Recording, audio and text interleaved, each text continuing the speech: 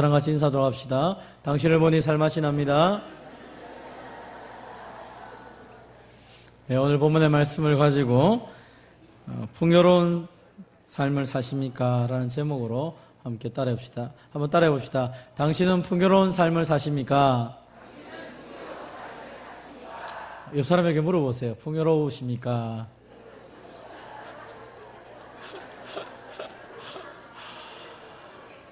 우리가 살아가는 삶이 풍요롭다라고 말할 때 머릿속에 딱 떠오르는 생각은 논밭에 논에 곡식이 노랗게 익어 있고 딱 뒤돌아보면 밭에 또 막 채소들이 가득하고 열매가 가득 차고 집에 들어오면 방이 뜨끈뜨끈하고 아마 그런 걸 생각할 수도 있을 것입니다. 또 어떤 사람은 사업이 잘 되고 내 삶이 성공이 되고 그러면 내가 풍요롭다라고 말할 수 있지 않을까.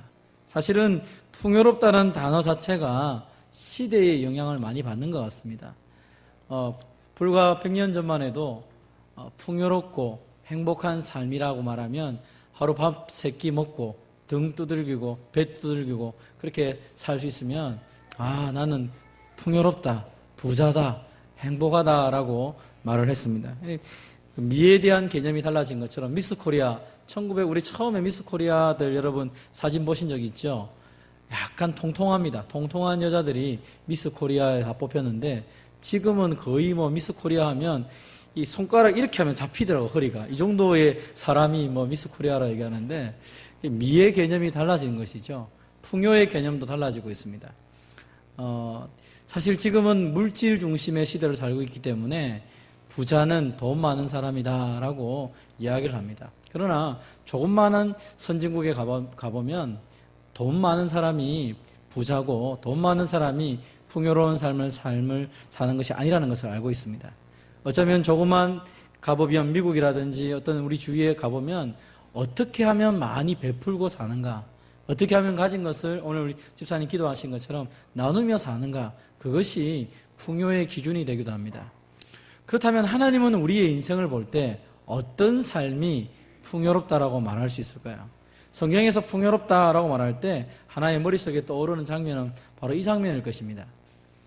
목자가 양을 인도하고 양이 목자를 따라다니면서 쉴만한 물가로 푸른 초장으로 가고, 또 혹시나 양이 길을 잃으면 목자가 어깨에 메고 와서 그 양을 데리고 오는 그 모습을 보면서 저렇게 살면 참 풍요롭겠구나라고 하는 거죠. 그래서 결국 양의 입장에서 보면 풍요롭다는 것의 핵심은 목자와 함께 있을 때 행복한 것이죠. 그게 풍요롭다고 말할 수 있는 것입니다. 우리도 마찬가지입니다. 우리의 영혼이 풍요롭다라고 말할 때 어떻게 한 것이 정말로 영혼이 풍요롭습니까? 그것은 바로 생명의 주인 대신 예수님을 나의 주인으로 모시고 살 때 우리의 삶이 풍요로운 삶을 되는 것입니다. 한번 따라해 봅시다. 예수님은 생명을 주시는 분이십니다.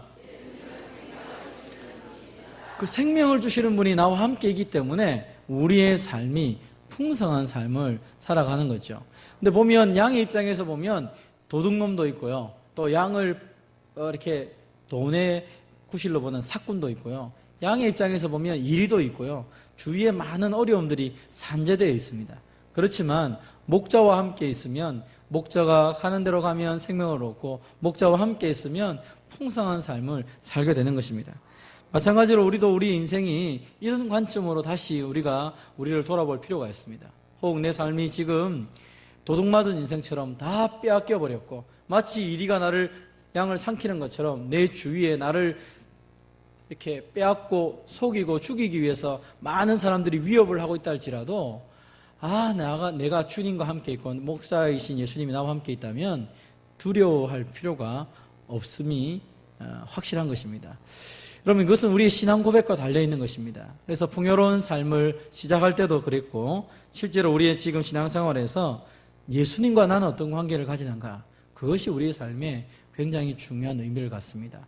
그래서 예수님과 좋은 관계를 가지고 늘 예수님이 내게 주신 은혜를 누린다면 내 삶은 사실 물질의 소유와 상관없이 풍요로움을 누리면서 살아가는 것이죠. 이것이 성경에서 우리에게 말하고 있는 것입니다. 어떤 이런 비유가 있죠. 어떤 일이 있었습니다. 예수님이 어느 날 길을 가는데 날 때부터 소경된 사람이 앉아 있었습니다. 그때 제자들이 질문을 했습니다. 저 사람은 날 때부터 맹인인데 누구의 죄 때문입니까? 누구의 죄 때문에 저 사람은 날 때부터 소경이 되었습니까? 어쩌면 날 때부터 소경으로 태어난 것만 해도 사실은 안타깝고 아픔인데 주위에 많은 사람들이 이런 시각을 가지고 그 사람을 보았다는 것입니다. 너는 날 때부터 소경인가? 네가 죄를 지었든지 아니면 너의 부모가 죄를 지었든지 어쨌든 너는 죄투성이야. 이렇게 말을 했다는 것입니다. 그럼 몸에 장애를 갖는 것이 내 잘못입니까? 그렇지 않을 수도 있다는 것입니다. 근데 사람들의 눈이 그렇지 않다는 것입니다. 늘 그를 향하여 하니까 이 사람은 살지만 사는 것 같지 않죠. 여러분 길에 갈 때 날 때부터 맹인된 사람을 봤단 말이에요. 이 맹인된 사람은 뭐란 말입니까? 거지로 있다는 것이죠. 동량을 거두며 사는 것이죠. 사람에게 빌어먹는 인생, 누가 나에게 뭔가를 주지 않으면 살아가지 없고 사람들이 나를 마치 벌레처럼 여기면서 살아갈 때 그 사람의 삶을 가리켜 살아있지만 산 것 같지 않은 삶일 것입니다. 그런데 예수님이 뭐라고 말씀하십니까? 이 사람을 향해 이렇게 말합니다. 이 사람이나 그의 부모의 죄로 인한 것이 아니라 그에게서 하나님이 하시는 일을 나타내고자 하심이라. 어쩌면 지금까지는 사람들에게 혹은 자기 스스로도 나는 벌레 같은 인생이야 살아서 뭐해? 라고 하는 그런 마음을 갖고 있는 이 사람에게 예수님이 말합니다. 네가 살아갈 이유가 있는데 바로 하나님의 일 때문에 너는 살아있는 사람이야. 하나님의 영광이 너에게 있어. 이렇게 말씀하시는 것입니다. 자신의 가치를 어떻게 바라보느냐에 따라서 그 사람의 존재는 달라집니다. 어떤 사람은 많이 가지고 있는데 늘 자기가 아무것도 아니라고 생각하는 사람이 있습니다. 또 반면에 어떤 사람을 보면 아무것도 없는데 언제나 당당하게 서 있는 사람을 볼 때도 있습니다. 우리 영적인 모습에서는 예수 그리스도가 나와 함께 있다면 내 손에 무엇이 있느냐며 상관없이 당당하게 서 있어야 됩니다. 왜 그렇습니까? 한번 따라합시다. 하나님이 나를 통하여 일하시기 때문입니다. 여러분 이 확신이 있으면 몸이 불편해도 그게 문제가 안 돼요. 왜요? 불편한 그 몸을 가지고 하나님이 사용하시겠다면 하나님께 드리면 되는 것이죠. 그 상황 속에서 쓰신다는 거예요. 내가 건강하고 잘 되는 것을 가지고 하나님 쓰기를 원하시면 하나님께 드리면 되죠. 하나님 그렇게 사용하시라고요. 반대로 형편없고 남들 볼 때 정말 저 인간은 벌레 같은 인간이라고 말해도 하나님이 그것을 통하여 일하시기 원하신다면 일할 수 있다는 것입니다. 그리고 영광이 드러나는 거죠. 그렇기 때문에 예수님이 이 시간에 그 한 영혼에게 이 말씀을 제자들에게 물론 하면서 이 영혼을 고치시고 실로암에 보내서 이를 완전히 회복시키는 사건이 등장하게 됩니다. 그러면서 이 사람이 하나님의 영광을 위해서 지금까지 어려운 시간을 지내왔다고 하면서 그를 격려하고 위로하고 결국 이 사람은 나중에 예수님을 나의 구주로 고백하는 사건이 일어납니다. 사랑하는 성도 여러분, 여러분에게 처한 상황이 어떤 것이든지 거기에 대해서 너무 그것 때문에 힘들어하지 마시고 오늘 하나님이 나를 통하여 하실 일에 관심을 가지시고 나를 통하여 하실 하나님의 영광을 인하여 찬송할 수 있는 저와 여러분 되시기를 바랍니다. 어떻게 그게 가능합니까? 그렇게 벌레 같은 사람, 형편없는 사람이 어떻게 능력 있게 일할 수 있습니까? 그것은 생명이신 예수님이 그와 함께 할 때 가능하다는 것입니다. 그 안에는, 예수님 안에는 생명이 있었고 이 생명이신 예수님이 말하기를 나는 부활이요 생명이니까 나를 믿는 자는 죽어도 살 수 있다. 내가 곧 길이요 진리요 생명이니까 나로 말미암지 않고는 아버지께로 갈 자가 없다. 다시 말하면 나를 통하여 네가 하나님과 교제할 수 있고 나를 통하여 죽은 것도 살아날 수 있고 내가 너와 함께 한다면 너의 인생은 지금까지의 삶이 아니라 완전히 새로운 삶으로 변화될 수 있으니까 너 낙심하지 말라라고 예수님 말씀하시는 것입니다. 사랑하는 성도 여러분, 생명이신 주님이 내 안에 있으면 되는 것이죠. 사람이 죽는 이유는 왜 죽습니까? 어떤 사람이 말하기를 사람이 죽는 이유는 숨을 못 쉬어 죽는 거죠. 생명이 떠나가기 때문에 죽는 것입니다. 생명이 있으면 죽지 않는다는 것이죠. 예수 생명이 내 안에 있는데 예수 생명이 내 안에 있고 그 예수님의 생명이 능력으로 내 안에 역사하는데 내 삶이 안 될 수가 없다는 것입니다. 그래서 풍요로운 삶의 시작은 예수님을 나의 구주로 믿을 때에 예수님이 주시는 그 영생, 영원한 생명인 내 안에 있음을 통하여서 우리는 가능한 것입니다. 아무도 빼앗을 수가 없습니다. 그래서 저와 여러분이 예수님을 제대로 믿고 있다면 오늘 이 시간에 우리 스스로 선포해야 됩니다. 한번 따라해 봅시다. 나에게는 생명이 있고 나는 풍요로운 삶을 살 준비가 되어 있다. 그런데 많은 사람이 생명이 내 안에 있는데도 그 생명을 누리지 못하고 살아가는 사람들이 있습니다. 그것은 예수님이 더 풍성하게 주시는 그 예수님을 깊이 만나고 교제하지 못하기 때문에 여전히 자라지 않은 아이처럼 가만히 그냥 생명을 가지고 있는 경우가 있다는 것입니다. 한번 따라해 봅시다. 예수님은 더 풍성히 얻게 하시는 분이십니다. 예수님이 이 땅에 오신 이유를 요한복음에서 이렇게 설명합니다. 하나님이 세상을 이처럼 사랑하사 독생자를 주셨으니 이는 그를 믿는 자마다 멸망치 않고 영생을 얻게 하려 하십니다. 예수님이 이 땅에 오시는 것은 그를 믿는 자에게 영원한 생명을 주시기 위해서다라고 말합니다. 그 다음에 이 영생이란 게 뭐라고 그랬습니까? 한번 읽어봅시다. 시작. 영생은 곧 유일하신 참 하나님과 그가 보내신 자 예수 그리스도를 아는 것이니이다. 아멘.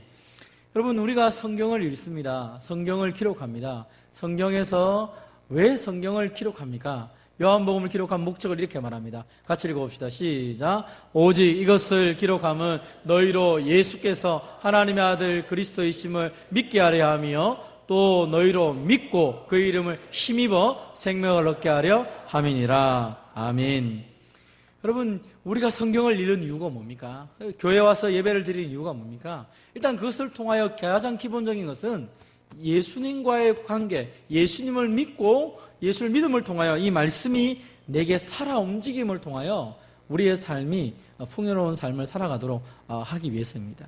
말씀을 배우면 배울수록 하나님이 어떤 분이신지, 예수님이 어떤 분이신지, 특별히 예수를 믿는 내가 누구인지를 알게 되는 것이죠.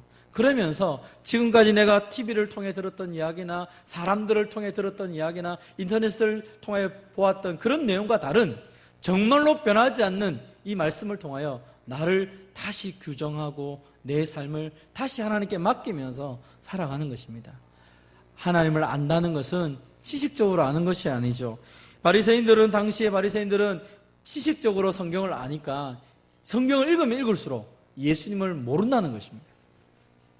예수님이 말하기를 너희가 영생을 얻을 줄 알고 성경을 연구하지만 너희가 나를 믿지 않으니까 이 말씀이 오히려 엉뚱한 것이 된다라고 말을 합니다.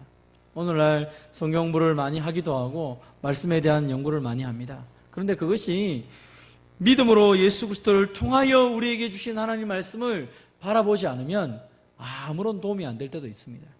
어떤 사람은 그냥 지식적으로 남는 사람이 있고요. 또 어떤 사람은 잘못된 가르침 속에 빠지기도 합니다. 왜요? 이 말씀의 핵심이 무엇인지를 자꾸 잊어버리는 것입니다.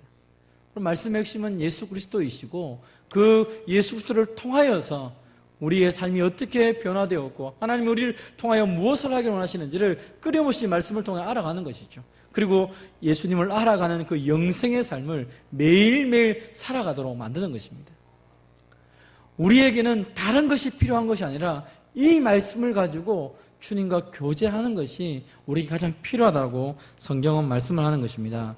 여러분, 그러나 말씀드리지만 우리가 가는 삶은 녹록한 곳이 아닙니다. 일도 있고요, 때로는 사건도 있고요, 때로는 도둑질하는 사람도 있고요, 온갖 것들이 우리를 유혹하기도 하고 우리를 해하기도 합니다. 그때마다 우리가 바라보고 확신해야 될 것은 무엇입니까? 그것은 바로 주님이 세상을 이기셨구나.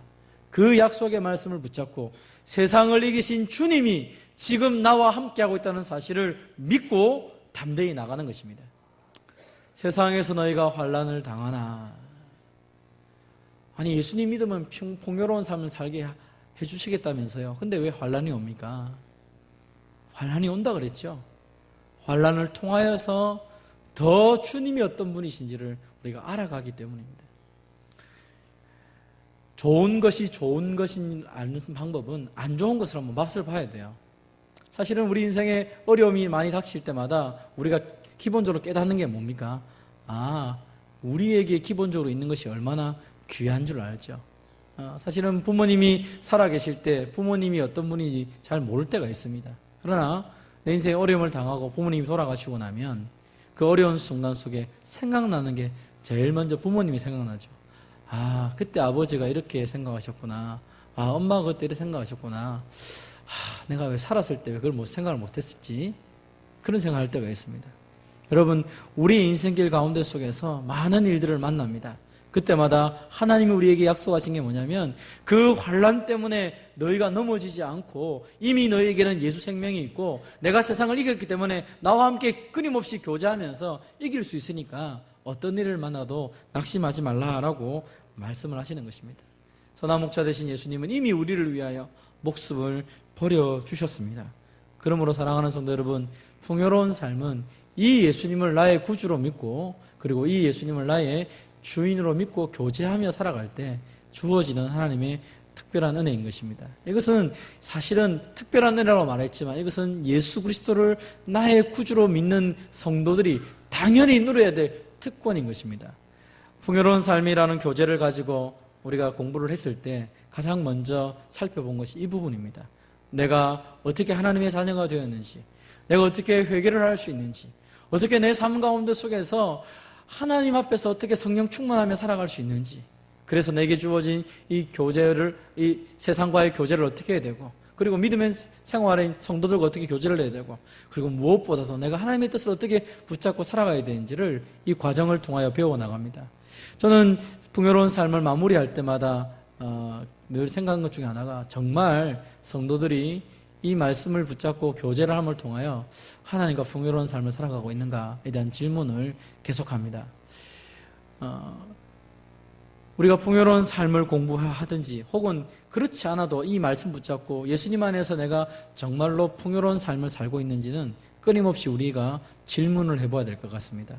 예수님을 믿으면서도 여전히 내 마음속에 아무런 평안이 없고 예수님을 믿어도 여전히 내 삶 가운데 속에서 세상이 나의 주인이 되고 나 자신이 주인으로 되어 있다면 우리의 믿음은 온전한 믿음이 아닐 것입니다. 사랑하는 성도 여러분, 이 하나님의 말씀이 여러분에게 주시는 생명의 말씀이 되기를 바라고 예수 그리스도를 나의 구주로 믿어서 그 믿음의 시작뿐 아니라 지금 내가 주님 앞에 갈 때까지 늘 예수님을 나의 주님으로 믿고 깊이 말씀과 기도로 교제함을 통하여 하나님 우리에게 주시고 하시는 것을 마음껏 누리는 풍요로운 삶을 살아가는 저와 여러분 되시기를 주님의 이름으로 축원드립니다.